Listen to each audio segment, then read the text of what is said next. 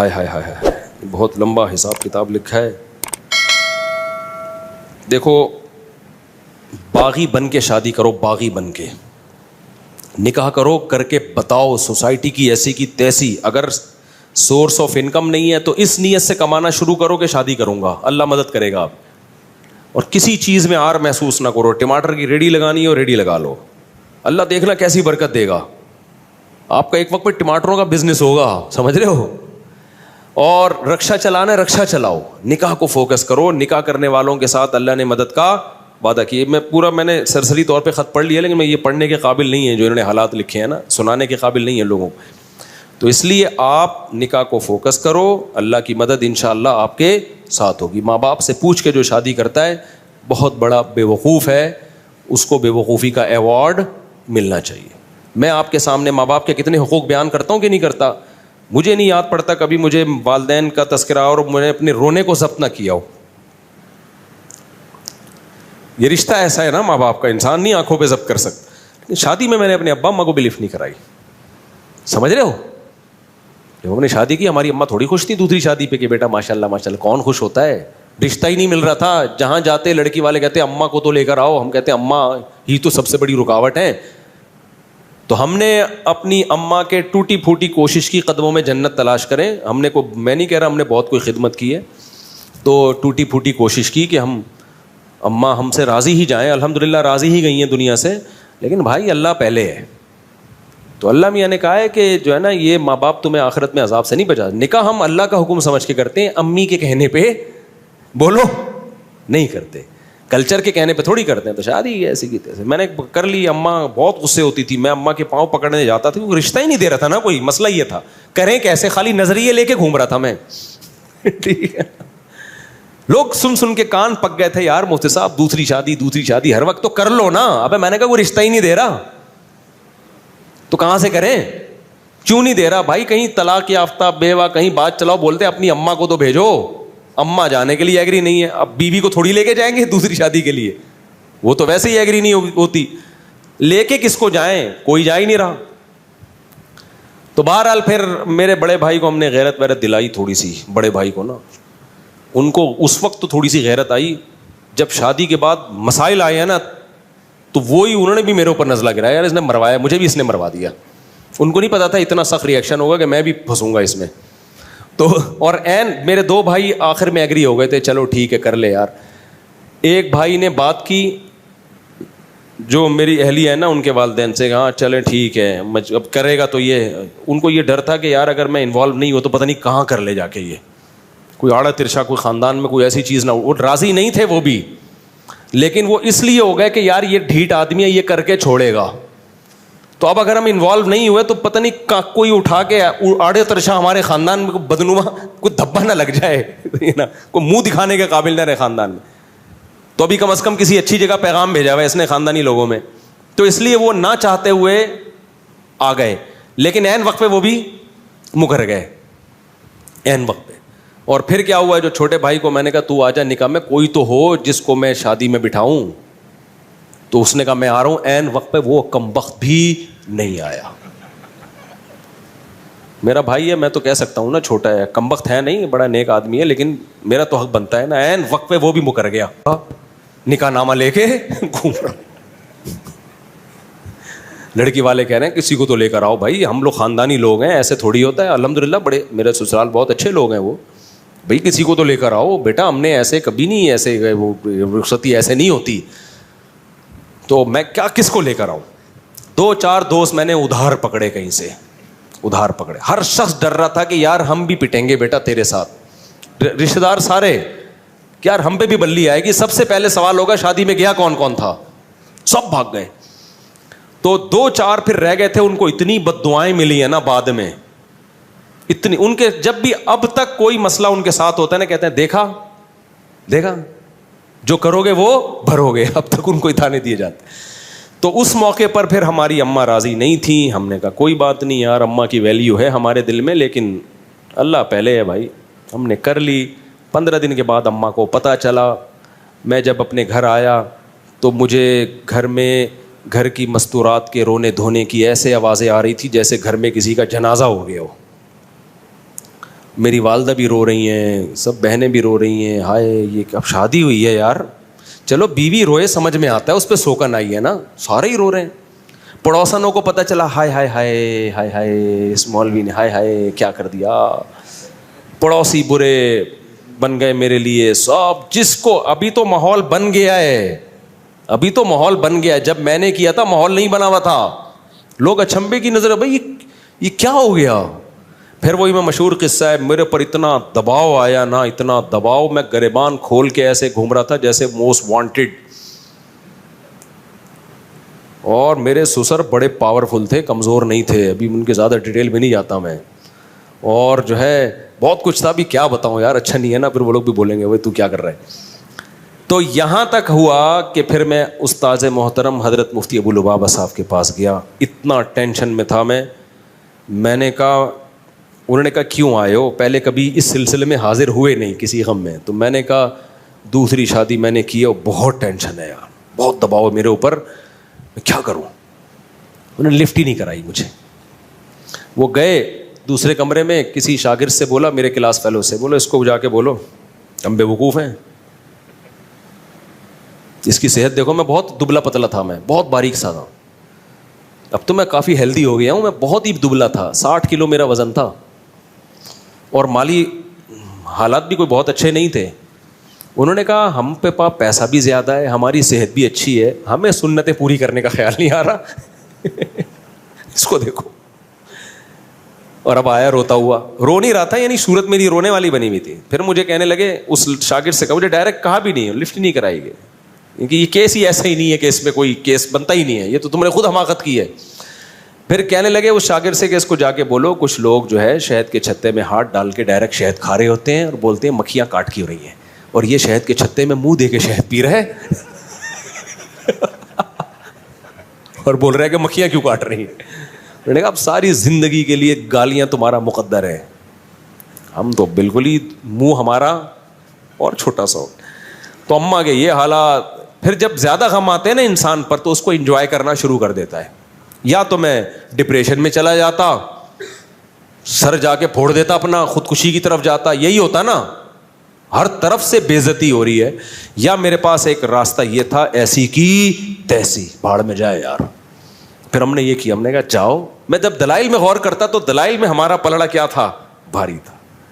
پھر ہم نے گریبان جان کر کھولا. پہلے تو ٹینشن میں کھولا ہوا تھا نا, ہم نے کہا ہم شریف آدمی ہیں ہی نہیں. لوگ کہتے تھے نا تم مولوی ہو کے, شریف آدمی ہو کے, اللہ کا شکر ہے ہماری عزت تھی, عزت دار گھرانے سے ہو کے شریف آدمی ہو کے. میں نے کہا کس نے کہا میں شریف ہوں, میں تو بدماش آدمی ہوں. تو تم تو دھوکے باز ہو. ہم نے کہا ہم ہیں دھوکے باز. تو اتنے خطابات ملے نا, اس سے میرا حوصلہ ایسا بلند ہوا نا, میں نے کہا تیسری بھی کروں گا. کسی کے باپ میں روکنے کی طاقت ہے تو روک کے دکھائے, ایسی کی تیسی. پھر جو میں پھڈے باز بناؤں نا, میں نے کہا یار اب ہمارے بڑوں نے بتا دیا تھا بیٹا زندگی گئی ہے پھڈوں میں. میں نے کہا ابھی نہیں, پھڈوں کو انجوائے کرنا ہے, ٹھیک ہے نا.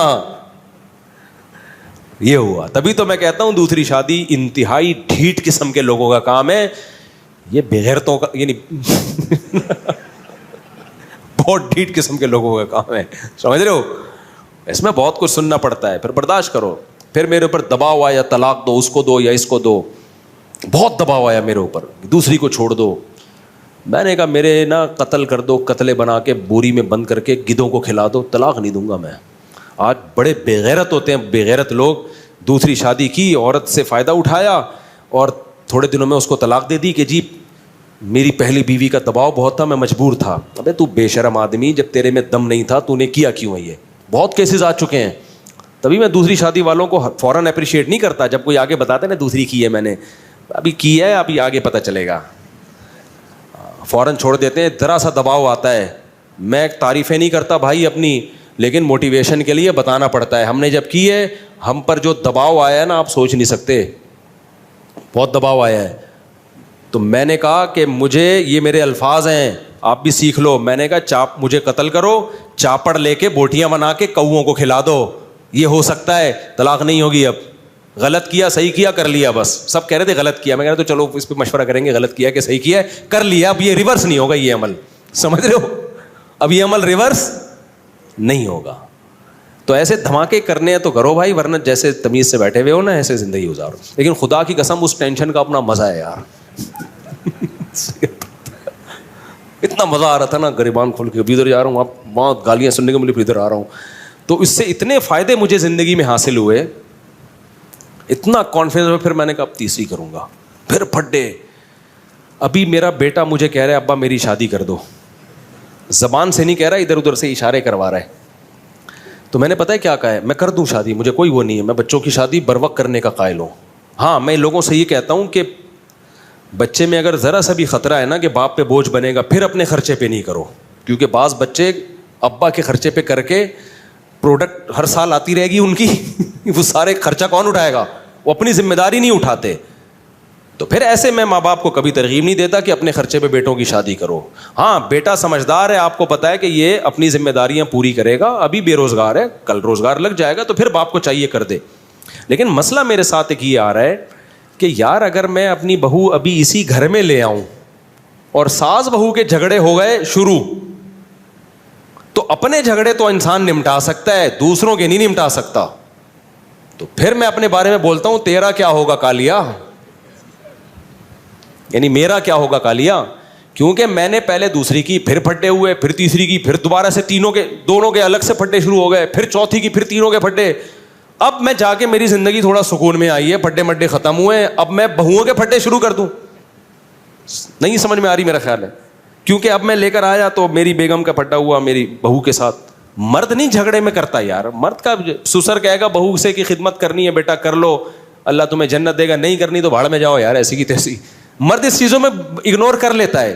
خواتین کے بڑے مسائل ہوتے ہیں, خواتین کے مسئلے ہوتے ہیں کہ جب آپ گھر پہ آؤ گے, آپ کی بیگم آپ سے بولو گی بہو نے آج مجھے یہ ٹکا سا جواب دیا ہے, کیا یہی تعلیم ہے شریعت میں؟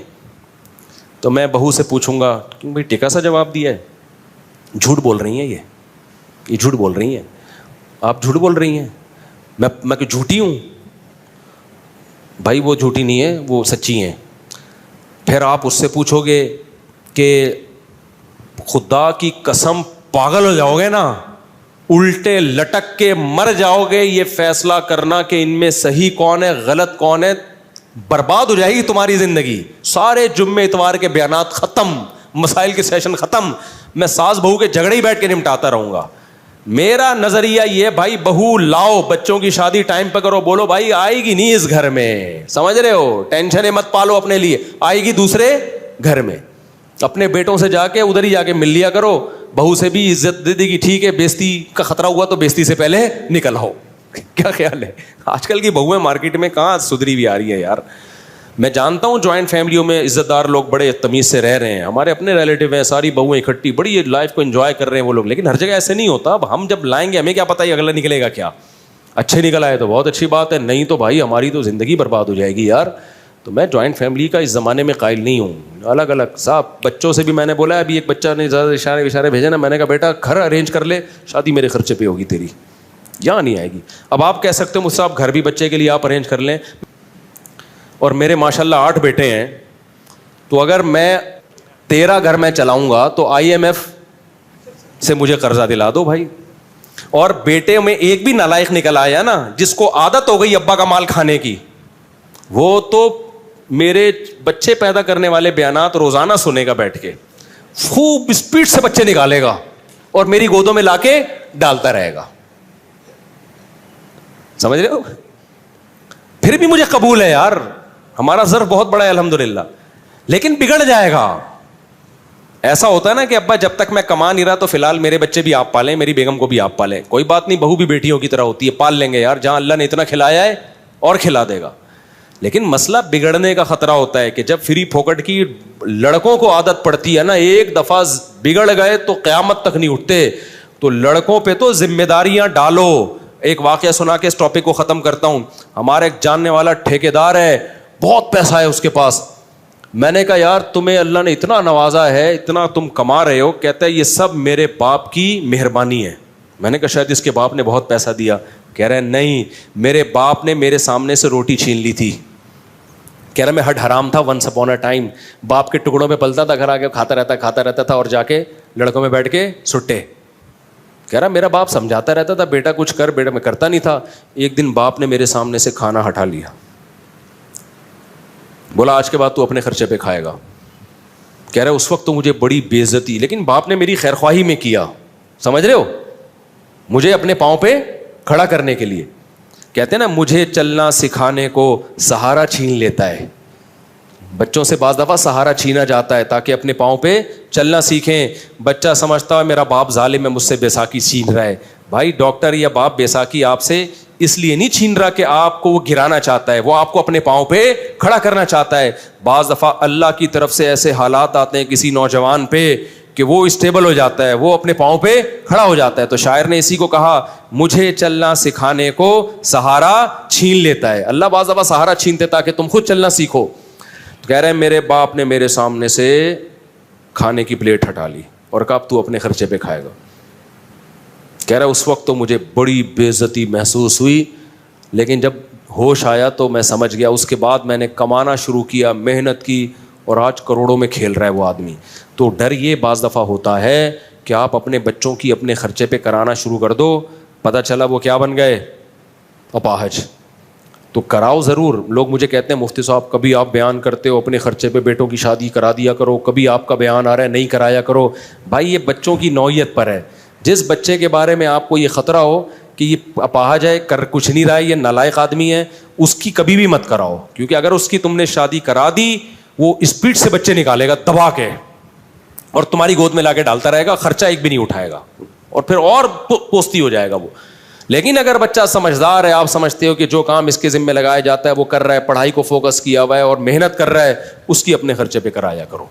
اس سے تمہارے رزق میں بھی اللہ تعالیٰ برکت دے گا, تمہیں بھی اولاد ملے گی, پوتے نواسے ملیں گے, بچہ برائیوں سے بچے گا. لیکن کرانا اس گھر میں نہیں ہے. بیٹا بڑا ہو, چل بھائی دوسرے گھر میں بہو آئے گی, اپنے لیے ٹینشنیں مت پالو. بہت خطرناک لڑائیاں ہوتی ہیں عورتوں کی, اور ان لڑائیوں میں انسان کی ایسی کی تیسی ہو جاتی. اپنی لڑائیوں انسان کو پتہ چل جاتا ہے کہ میں نے کیا کرنا ہے اپنی لڑائی میں. اپنی لڑائی میں یہی ہے کہ شکست مان کے قبول کر لینا ہے, وہ دب جائے گی. بھائی آپ کا بیوی سے پھڈا ہو گیا, دلائل کی دنیا میں گئے, بیگم کی سمجھ میں نہیں آیا, آخر میں آپ بولو میری غلطی آئندہ نہیں ہوگا, ختم ہو گیا پھڈا. کیا خیال ہے؟ بہو کو یہ سمجھانا نا کہ تم بول تمہاری غلطی ہے, یہ نہیں. اور اس میں بعض دفعہ ساس ظالم ہوتی ہے, وہ اور جری ہو جاتی ہے. تو اپنی غلطی میں تو یہی ہے کہ آپ سوری کر لو گے یا جھک جاؤ گے, بولو گے ٹھیک ہے جی, مٹی پاؤ گے. تو لیکن خواتین کے میں ایسا نہیں ہوتا. وہ کہتی ہیں جس کی غلطی ہے اس کو سزا ملنی چاہیے, اور کون غلطی مانتا ہے اس زمانے میں. وہ ایک آدمی کی شادی ہوئی, 100 سال ہو گئے, بڑا ہینڈسم اسمارٹ نکلا نا وہ. لوگوں نے پوچھا یار تم 100 سال میں بھی اتنے ہینڈسم, اور تمہاری بھابھی بھی, ہماری بھابھی بھی ماشاءاللہ بڑی ہینڈسم ہے, یہ ہوا کیا ہے؟ کہتے دیکھو میری جب شادی ہوئی تھی تو میرا بیوی سے ایگریمنٹ ہوا کہ جب بھی غلطی ہوگی نا تو جس کی غلطی ہوگی وہ سوری کرے گا, اور سوری بھی کرے گا, اور 500 قدم بھی, 500 نہیں یعنی 10 کلومیٹر بھی پیدل چلے گا وہ. تو کہہ رہے جب بھی ہماری لڑائی ہوتی ہے سوری بھی میں ہی کرتا ہوں, 15 کلومیٹر پیدل بھی نہیں چلتا ہوں. اس چکر میں واکنگ کر کر کے میں دبلا رہا ہوں, اور میں 100 سال کا ہو گیا. تو اس نے کہا چلو جب بھی غلطی ہوتی ہے تو ہی مانتا ہے, اور 15 کلومیٹر بھی تو ہی چلتا ہے, تو بھابھی کیوں اتنی اسمارٹ ہیں؟ کہہ رہے وہ یہ دیکھنے کے لیے میرے پیچھے پیچھے چلتی ہیں کہ چل بھی رہے کہ نہیں چل رہا ہے, وہ یہ دیکھنے